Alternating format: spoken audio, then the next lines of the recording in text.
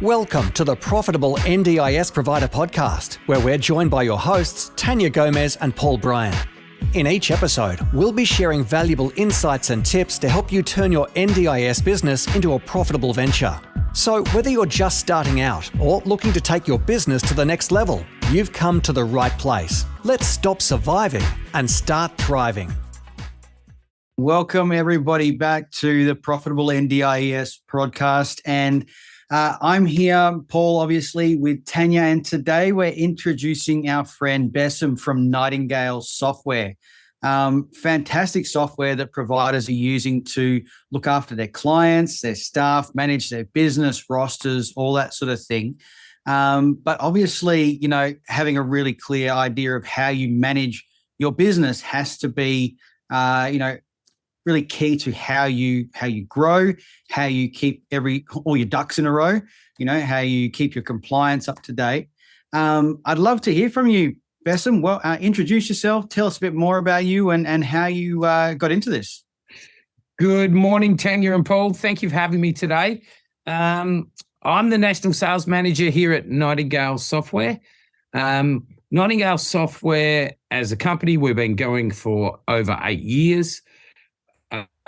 But really, we've gone to market since October 2021.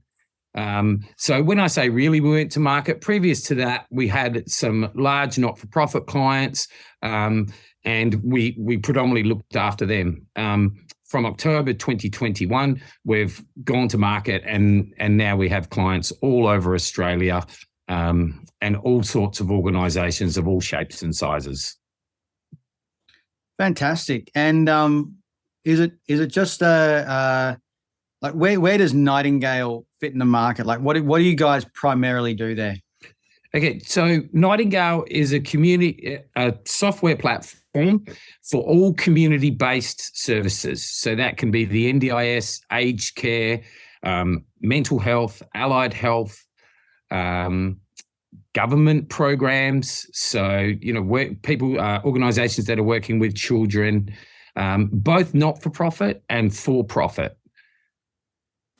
Yeah, cool. Wonderful.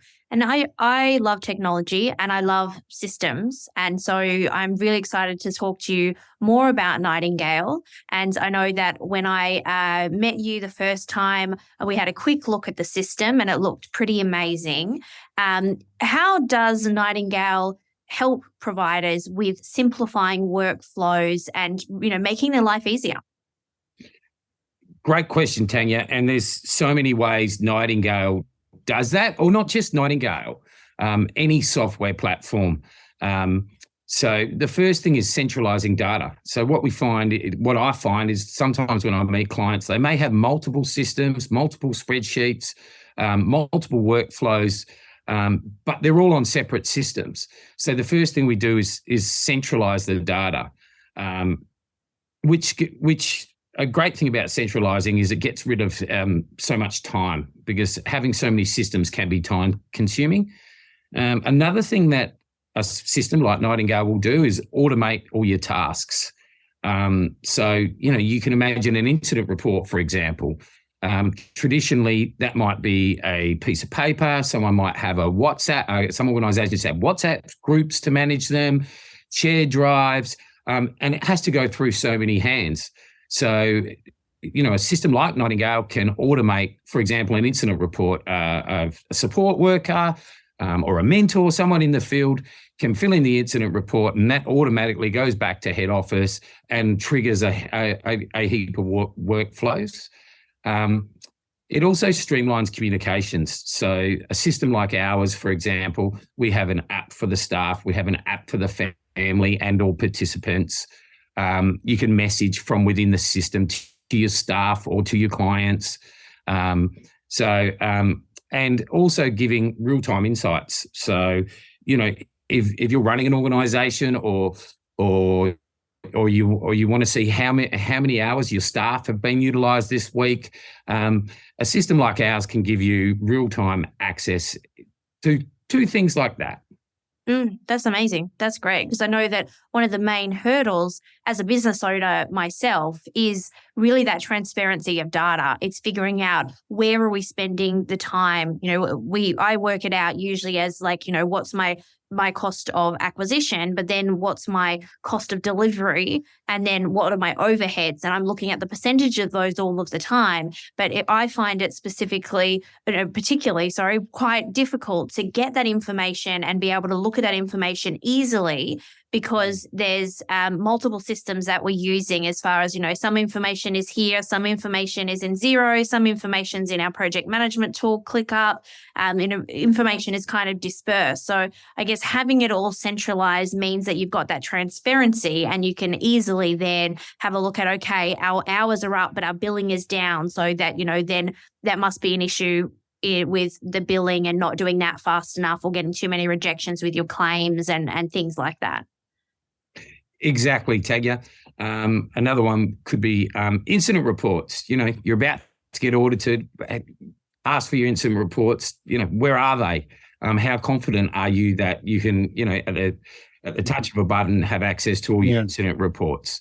But yeah, there's so many ways that having everything centralized will help you run your business more efficiently and focus on the things everyone's here to do, which is provide service. Yes. Yeah. And look, I'm an NDIS auditor by background. So incident reports and complaints, being able to track incidents as they come in and see that they're closed out in the appropriate way and that you have records around that is really so important, especially if you do have a big casual workforce or you're a SIL provider with multiple staff. Really tracking that you're managing those incidents correctly and those complaints correctly. Again, in the NDIS practice standards, there's only a few places that actually say you need things documented. I think it's 7 times in hundreds of pages of documents. It's only 7 times it says you need things to be documented, and complaints and incidents are 2 of those times. So it is really important that you manage those well, and not just the individual instances, but you're able to look at all of them holistically. And that's one of the things that you showed me, Nightingale, when we met, was that you can pull those things together and have a look at the trends that are happening so that you can meet that criteria as well. So not just individually, but have a look at complaints or incidents over a period of time to see if there's other things that are happening at a higher level that you need to look out for. Yeah, exactly, Tanya. And it helps you focus. Is it one client that all the incidents are coming from? Is it a particular group of staff members? Maybe it can highlight some training issues if the incidents are quite similar. And obviously protect you as well as an organisation. I think you sung Tanya's song as soon as you started talking about, how it makes it easier to be compliant and all those things there. I really I guess I grabbed onto that data centralization because that just seems like it would really, save time. And in any business, time is money, right? So how could you use, Nightingale or a similar software to be able to increase your profit margins in a business? I think probably the first one is obviously the time, saving time. Time is money. Yeah.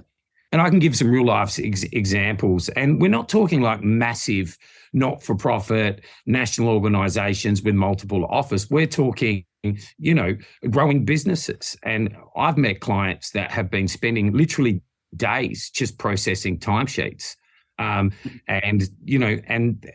there's no automation to them. So the timesheets are coming in manually, they're entering them, they're working out the award, then they're approving it, then they're manually sending it to their finance system. Something like that being automated, that can literally cut out days and give those organizations that time back to either, develop business, focus on their people and culture, or provide more service to their clients. Another one is rostering. This morning someone calls in sick, which happens. COVID's going around still. But if someone calls in sick, what is your process? Is it picking up the phone? How do you know that so-and-so's got matching competencies? When you're growing, maybe when you start, that Besim can service that client because he has the competencies required to fulfill their needs. But as you grow bigger, you may have a casual pool. In a system like ours, it's a right click and it's called shift bidding. It will broadcast a message to all the staff apps with matching competencies, asking them, are they available to complete that shift? And, there's two examples where I think many organizations would lose hours. And I'm talking an organization with 10 staff. But as you get bigger, you just keep multiplying that. And I've seen an example with an organization who are our clients now, so they're not using this time, but they literally had 4 people doing those 2 jobs. Yeah. Say those 4 have gone down to 1, maybe, or half, and then the other 3.5 people can do other things to grow their business. Yeah, it's really around efficiencies, and it's not necessarily to replace staff, but it's to have your staff focus on the most important things, which isn't, managing who's doing what shift. It is really around, doing important things in their business. It's amazing. I love the idea of broadcasting messages. In the first business that I had in my 20s, I ran a recruitment agency in the childcare sector, and we had respite clients. And sometimes we would have 300 or 400 staff out on a day. And back then, there was no system like this. This is almost 20 years ago. And I used to have a BlackBerry, and in my BlackBerry, I had SMS groups for each region in Sydney. And I would go, okay, this client is in the North Shore. I would send a message to the North Shore group, and whoever messaged me back got the shift. But this is kind of like my wildest dreams from 20 years ago, to have a system that does all of this automatically. Like, I can only imagine how efficient a business would be, where you can just go, okay, broadcast to these people based on these competencies, and the time is saved, but also the level of skill that people have. You could have a cheaper resource doing rostering there, and then save your resources in your business to have the best possible people that are doing the support coordination or the case management or the clinical side of things, or have a bigger budget to train your staff so that your staff are more capable, or, to invest that in a HR person to really engage with your staff. It's kind of like, it really makes you prioritize work and removes this busy work that, needs to be done, but doesn't need to take a long time then to do, and doesn't become a large resource in your business. Exactly, Tanya, I can't agree with you more. It's also pertinent and so relevant, and a great thing about being in the position I am, and yourself and Paul, we get to see people that do make those changes, and we get to see the difference it makes in their business. Not just to their profit margins or their service delivery, but also to their lives. Like, they're gaining back time and worrying less about stress. Spending more time with their family, spending more time getting back to their hobbies. I've got one client that hadn't gone for a jog in 4 years, and he's starting to do that now. And that was probably the best bit of feedback I've ever got. Yeah, cool. That's nice. That's really good feedback. And you've touched on a few of your client success stories, and you spoke about the providers that you work with being all community sector organizations. But is there, in the NDIS space, are there specific providers that you work with? And is there any success stories about people who have implemented your systems and have saved time, money, effort, stress, as you said, reduced their stress, that you'd like to share with us? I've got one springs to mind. But I'll talk about a few, but one which is very close to my heart, and I really love this. It's a success story. It was an organisation based in Melbourne. They came to us, and they were a husband and wife team. They had both been carers. They were trained nurses, and they wanted to start their own organisation. Now, that was January 2022. They actually got a extended implementation from us because they wanted everything to be built right from day one.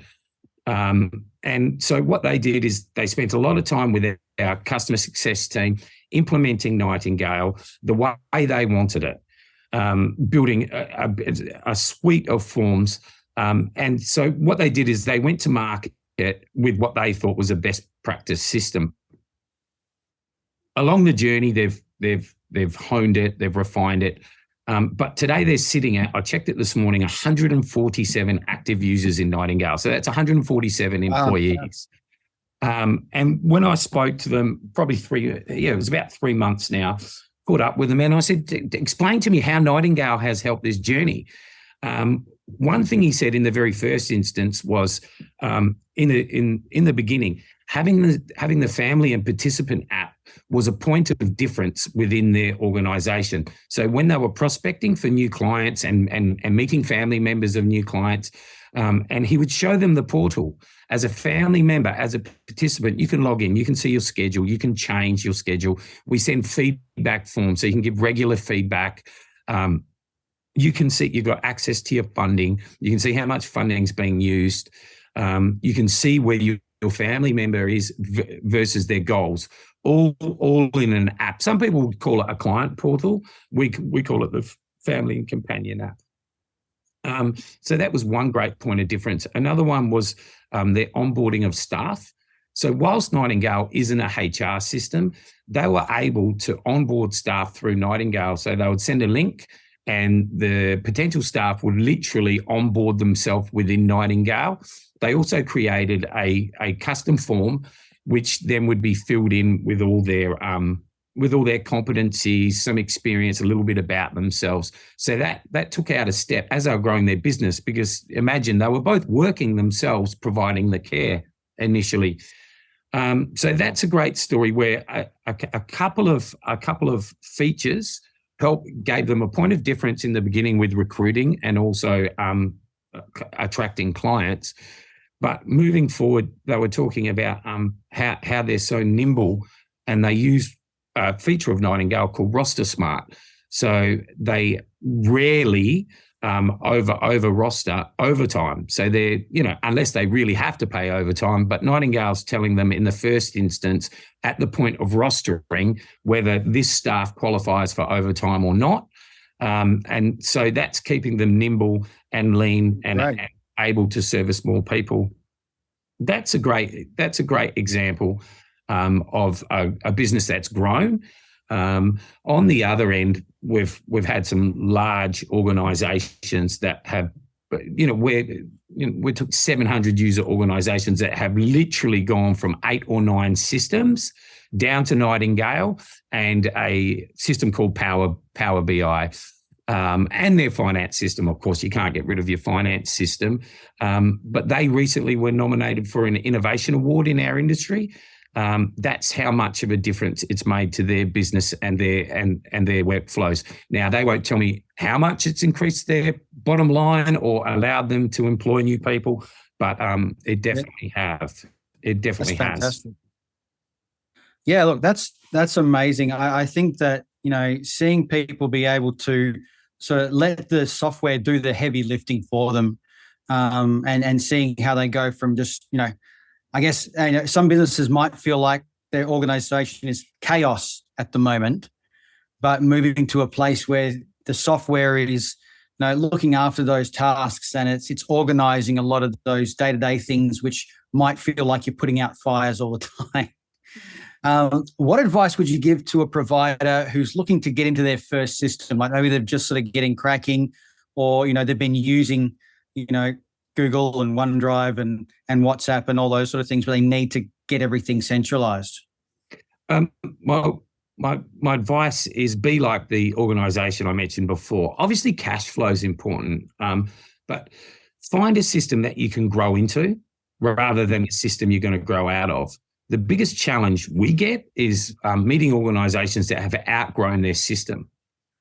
So all that does is they've either gone and attached other systems onto it, which isn't cost effective, and it's not good time wise as well.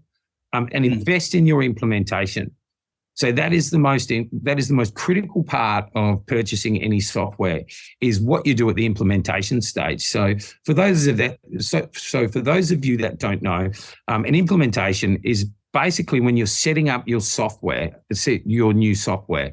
That includes data, transferring all the data, your existing data from all the places, setting up your forms, your service agreements, your incident reports, your complaints forms, setting up all that, setting up your finance integration, setting up your staff, setting up your rules. Like, what happens if a staff member gets to a client and the client cancels the shift?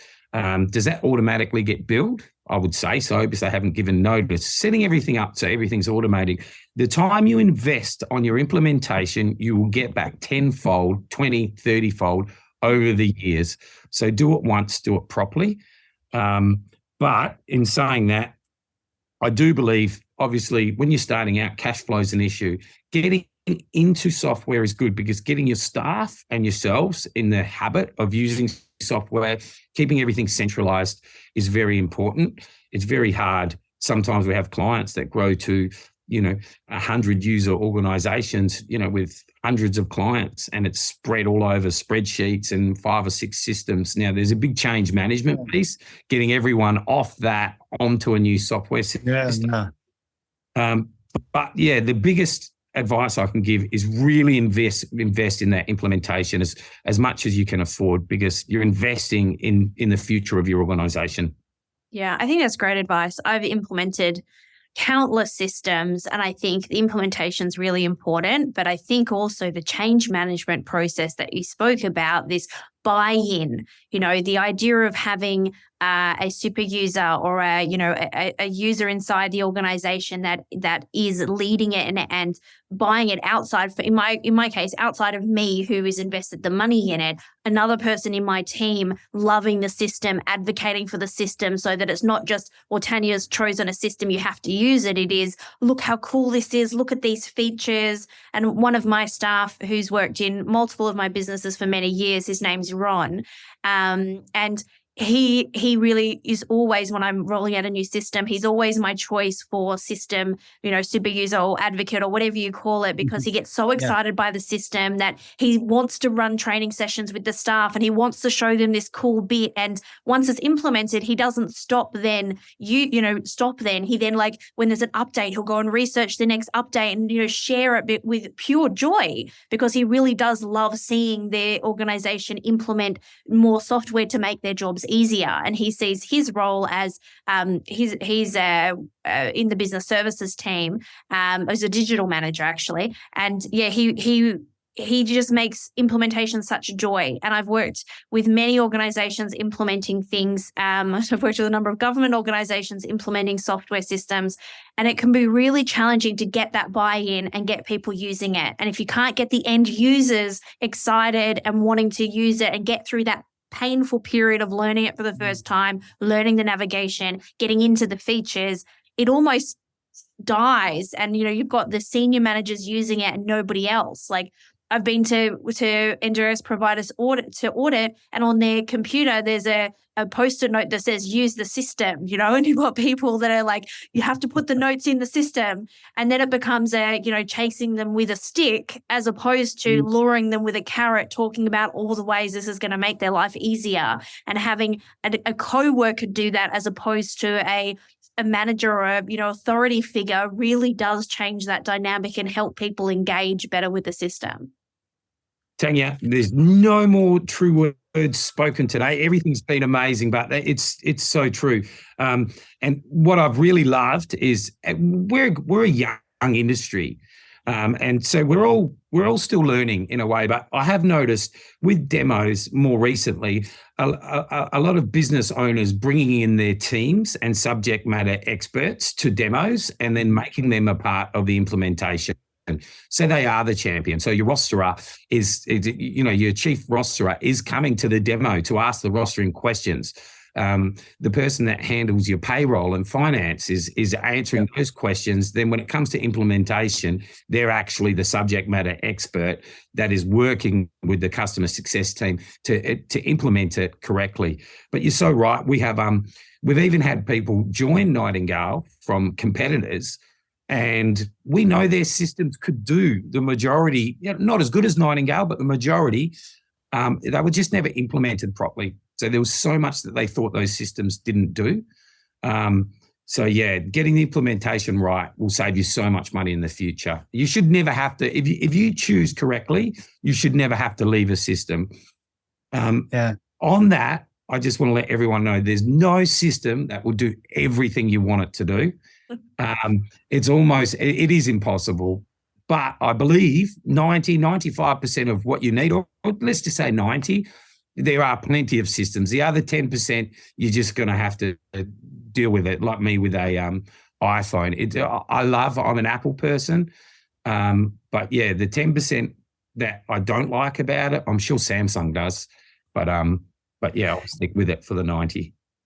That's it. Look, I loved how you mentioned there, that finding something that will grow with you, because I've definitely spoken to a few providers recently who have had, a system or no system, and they've gotten so used to it. And now they've got, 20, 30, 40 users, and the idea of that change happening and, not having the buy-in because everyone's just used to it and it's extra work and we don't have to deal with it. Having from the get-go something that is going to grow with you just stops all that downtime. It stops that teething issues of learning something new.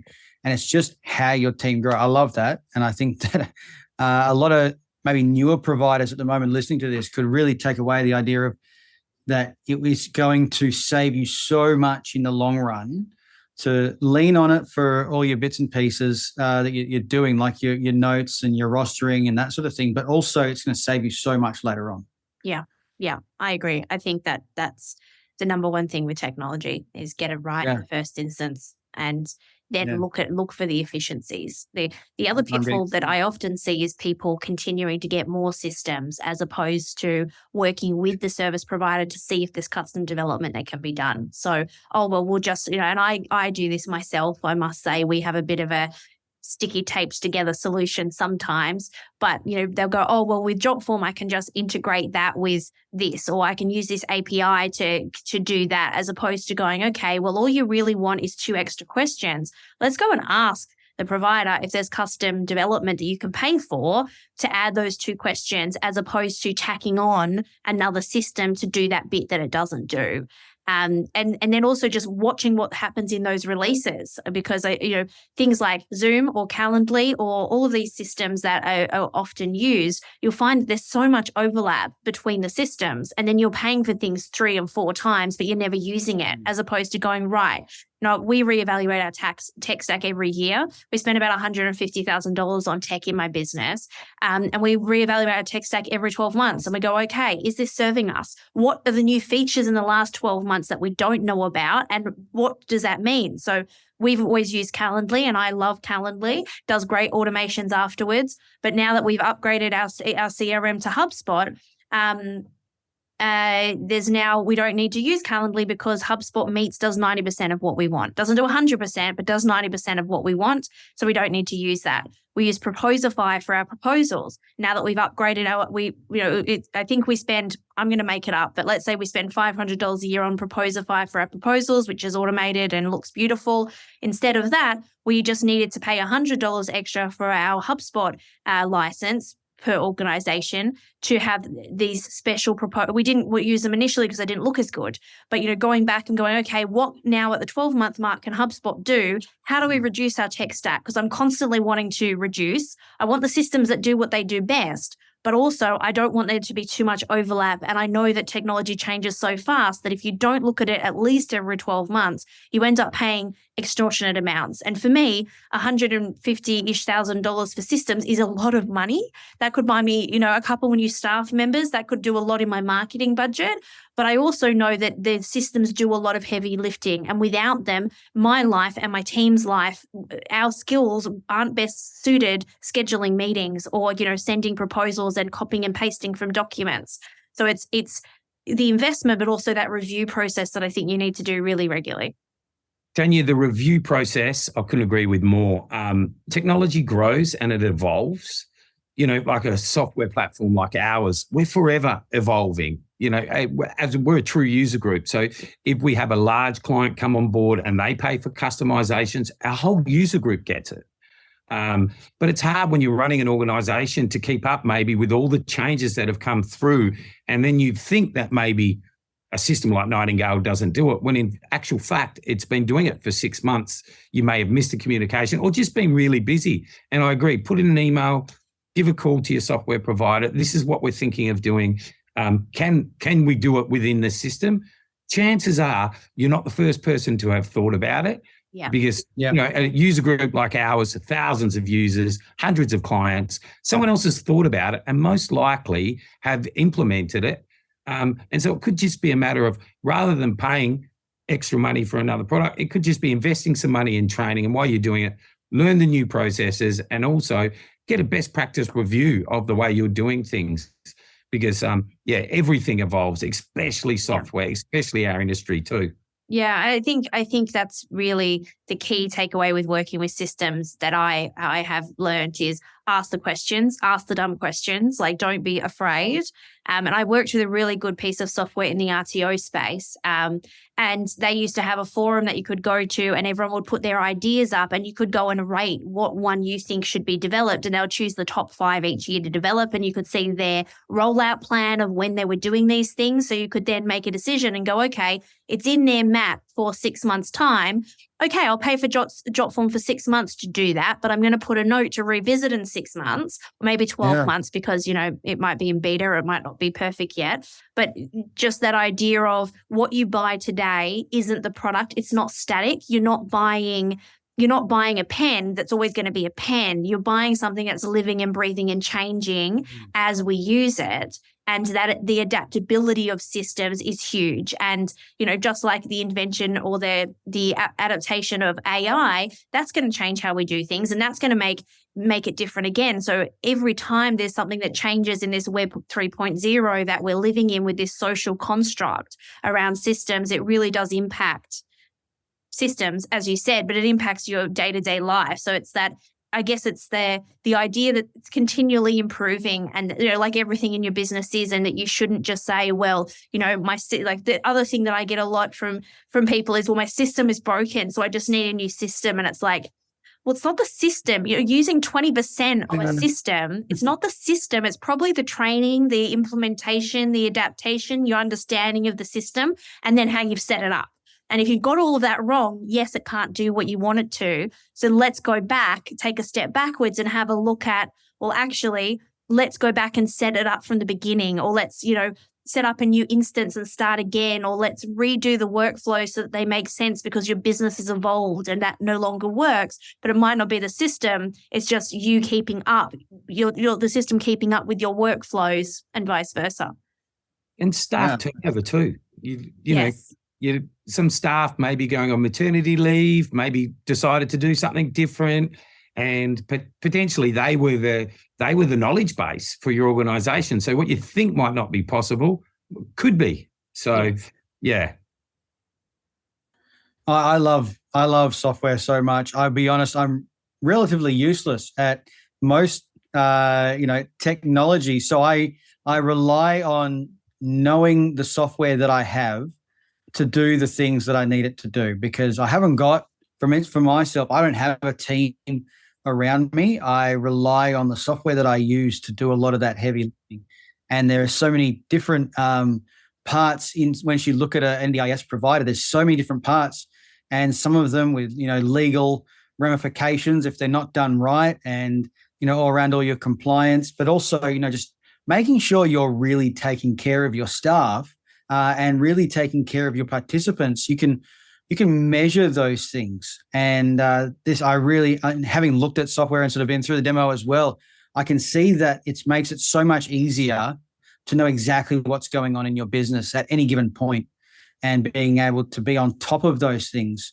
Any instance that come up, it's right across the board. It's documented. All those bits and pieces are covered, and it just makes life so much easier. It's a great piece of kit. Absolutely. Thank you.